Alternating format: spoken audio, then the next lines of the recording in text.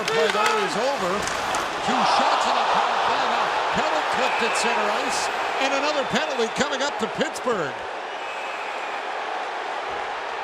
Adam Pelech got absolutely obliterated. Jack Johnson comes into the box and he runs into Boychuk first. And as he spins around, he's looking at the puck. He's trying to get to the bench to get off so someone can get on for him. And I believe he's not really paying attention. And by the time he sees Pelech coming at him, he is trying to get around him, but he can't avoid him.